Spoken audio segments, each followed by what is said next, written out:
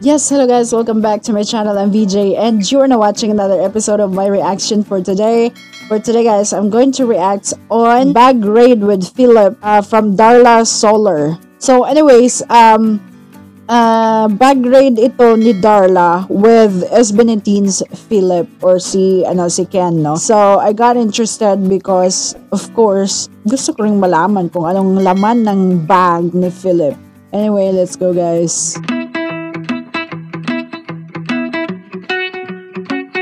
Saka ko lang pala nalaman na itong si Darla ay isang Bisaya. So, nung nag-guest siya sa show ni Mela, yung Kuan on One. So, nag-guest sila doon ni Salora at doon ko lang nalaman na Bisaya pala si Darla, no? Raiders! Wow! Pi 18, ang dami nagre-request ng party ng wallet trade ng ating SB19 pero ngayon si Felix muna. Oh, wait. Bakit, wait ha? Naano ko yun Bakit sabi niya third part or third episode? Meron pa palang iba? Anyways. Pi 18, ang dami nagre-request ng party ng wallet trade na diba? Part 3. Ating SB19 pero ngayon si Felix muna. First na magsusolo at magpapabag. Wait. Ganito, ito yung bag ni Philip. Bakit pang babae? Yep. Ngayon lang kita may bag na malaking dala. So, yeah, favorite na ako ni Gay. Ay, kasi malaki yung Nagbisaya na siya. Madaming malalagay. Oo. Ba't uso sa mga boys ngayon yung mga gantong bag? Diba? Napansin din yan, no? Siguro uso na yan ngayon. Yung mga lalaki, yung mga accessories, gano'n. Parang may pambabae na gano'n. Bakit? Wala lang. Nga naman. Simple siya dalhin ba? Kasi, mga boys, hindi magdadala ng ganyan. Oo. Sa una. Kahit siguro ngayon. Diba? Nagbisaya na silang dalawa.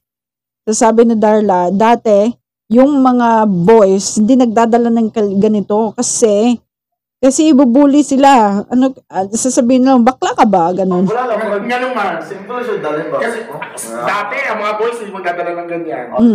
Sa una. Kahit siguro ngayon, wala masyadong boss. Oo, yung mga nakikita ko lang nagdadala ng ganito, yung mga tulad mo, yung talagang maporma. Ngayon na kayo mo. Anong laman ng Balenciaga? Wow! Di naman siya basta-basta na bag, no? Balenciaga talaga. Sa'yo lang ko nakakita ng gantong Balenciaga. Give sa akin ito ni Ate Bea. Ang galing Bea, no? Bea Alonzo. Ano yun? Gusto ko ang hingin yung Louis Vuitton. Hingin niya yung Louis Vuitton. Anong naman ang bag ni Philip? Sige, ikaw gano'n. Ako gano'n? Kasi kasabahan ko rin sa video. Meron akong hairband. Kasi pag sa bahay kasi nag-hairband ako so baka nalagay lang. Kasi baka pag nagme-makeup din, minsan nakagano'n. Nag-hairband ako. And perfume. Ang perfume mo, okay lang malaman? Yes po, Margiela po yung perfume ko.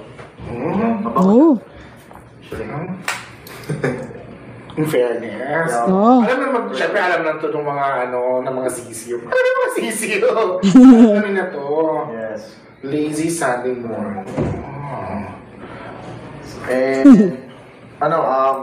Lip balm.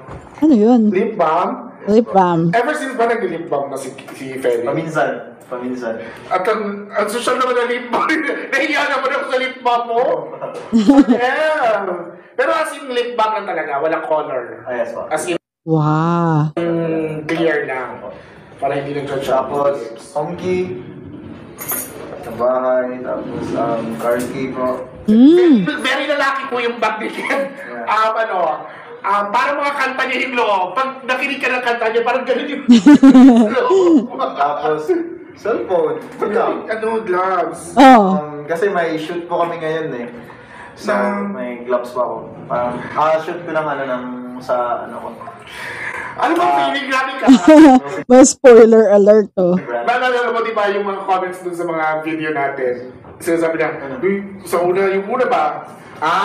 Diba from the time na, wala ba may endorsement? But now, grabe na, di naman rich mo. Di naman rich. Gloves na Prada, June. Parang niasa na siya.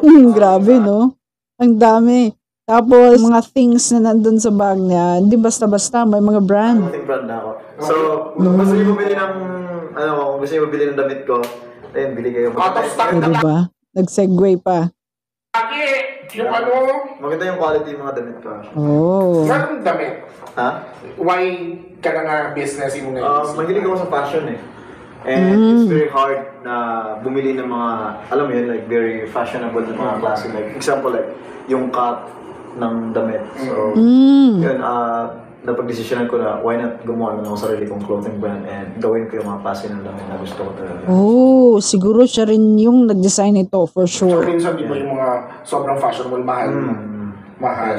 So, at least yung sa'yo, compared naman sa mga ganitong brands, di ba? Mas ginawa mo affordable ang fashion. Ginawa mo affordable din kahit pa paano yung fashion. Yes, tama. Ano pang naman ito? Ano naman eh, may extra shirt lang, ano. Oo. Gusto mo, pwede ba i-ganon sa kanila? Yung t-shirt hindi natin papakita. Pero ganyan lang po yung very, very lalaki. Nakatambak lang lahat. Kaya gusto na tote bag. Pasok na na po. Oo. Parang nag-grocery lang, no? Oh, nandiyan yan. Yung wallet mo, huwag natin pakialaman kasi naghihintay yung mga 80 ng third. Yung sa pinadini. Mura. Linasaan.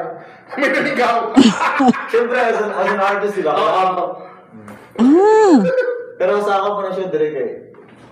Yung iba talaga yung lalaki na. Kung babae yan, may lagayan pa, di ba? May lagayan pa sa mga makeup, mga pouch, ganon. Pero pag lalaki, parang lahat, di ba? Akala mo gud akong Sa yan eh. sa patilya. Kaya ba yung hit na ako sa kuko? Okay na Kumbaga mo, kulot-kulot, di ba? So, muna akong ginagamit kayo. Umubo kayo. Ano ko siya. Tapos kilay. Ano sa'yo feeling ka rin mga wallpaper ka sa daghang kahit tao? Tinawag ba na? Oo. Long. Kadalinis mo picture, same wallpaper, matic. Siyempre thankful ka kayo. Nakitao nga ganahan sa mo, di ba? Wow. Sa pati, wait pa lang Saan kaya sila nag-shoot nito? Ang daming, mga ingay. May phone. Ako na Jill Kuhan. Sa Perfume. Ano saan siya? Santal. Hindi niya alam. In fairness, wala kayo Kuhan. Accessories. Ang inyong line, wala pa kayo accessories. Wala pa. Ano man? Kung gusto nang ako. Hopefully soon. Hopefully soon. Kaya dagat ka sa accessories, di ba? Yep. Grabe no. Grabe. Dito dyan ka Grabe. Reachable kaya pag kahit sila. Malipay na ko pa kay from the time na ang sino yung na may card sa una pang MRT. Pero karon wala may stylist sa una. Di ba? Wala pa may stylist. Pero mas magandang buhay, wala pa may stylist sa ato. Pag solo na ko ako ikaw na style. Pag solo ganyan. Pero nindot lang kayo daw na this time yung gusto mong style, pwede mo gawin. Yep. Kasi before, ito yung style ko dapat pero mahal eh. So ngayon, gastos ka talaga for your style. Gastos talaga. Kasi yung iba sinasabi, akala ng iba, sa stylist yan. Pero ngayon talaga nag-invest. Ngayon, sinabihan ko yung mga fans na huwag na sila magbigay ng damit. Huwag na sila magbigay ng damit. Kasi na-appreciate ko naman lahat eh. Pero, so meaning may mga, may mga fans pala nagbibigay ng damit. Hindi kasi lahat masusuot eh. Pag puro damit, diba ang dami. Ang dami ko ng damit sa bahay. Sigo pa sa closet. Padala na lang sa Kauai probinsya. Yung iba, pinapadala ko. Actually, in fairness, iba nagagamit ng mga pinsan ko. Or relatives. Relatives ko. In fairness. Tama rin yung ano. Pero, ako kasi, personally, iba rin yung damit na gusto ko. So, minsan di ko nag- Kakaiba. Ganahan ako sa inyo ang lima kay masking group mo na may distinct dyan nga personality. Yes. Nga, bawa po siyang advantage nga masking as a group or sa solo-solo ninyo, that should may look, that should may sarili ninyo nga sound. Nakakaroon na kayo bagong album, di ba? Kasi sa kuhaan nga, masking solo-solo mo, grabe yung support. It's very thankful sa mga fans dito. Kay the support niya sa labalag solo and meron na po yung band, hindi sila ginahanap yung band. So Sabi nila, magbulag-bulag na. Parang nag-iba yung quality ng video na to. I don't understand why. I understand na nadyo tao nga dili ginahan sa imo ha.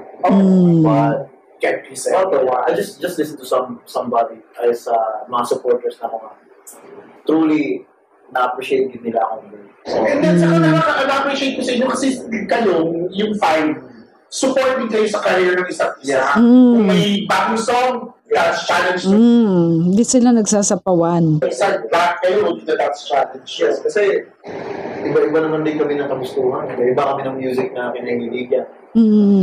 Yes. No, ang busy-busy nyo, no, namimiss ko lang kayo. Hindi na namin nakita kita dito. Kailan ka daw nag-aasap ulit? Tanong mo naman si Bea. Pwede naman as-fair it. Pag may release. Oo. Di ba kasi, in fairness naman, yung mga release naman nag-aasap. So, baka next year. That's tingnan Kasi natin. busy eh. Pero yun ba, ang simple-simple lang ng Feli, grabe. Yung basta yung kasi bumuka kasi yung wallet niya sa wow. Pero sa wallet ngayon, ibang-iba na. Grabe puro-puro. Pero thank you kayo. Thank you. Thank you sa tanang 18 na nag-support sa Ina Felix and Lang. Thankful po sila kay Love po nila. Thank you kay Say. Salamat 18, thank you so much. F-Stan, I love you guys so much. CC, I love you guys so much. You know who you guys are.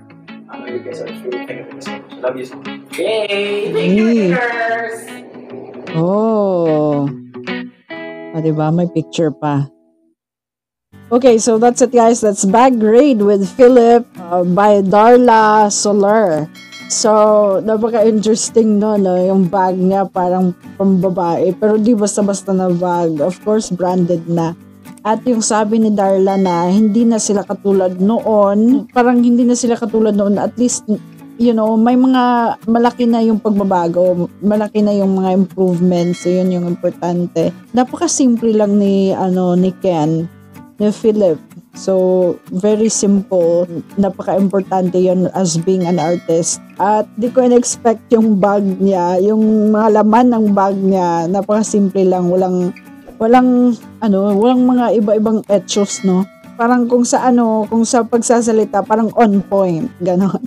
So, yun yung laman ng bag niya. Anyways, that's it guys. Thank you so much for watching this episode. And I'm gonna watch other SB19 related videos in my next episode. For now guys, thank you and bye-bye.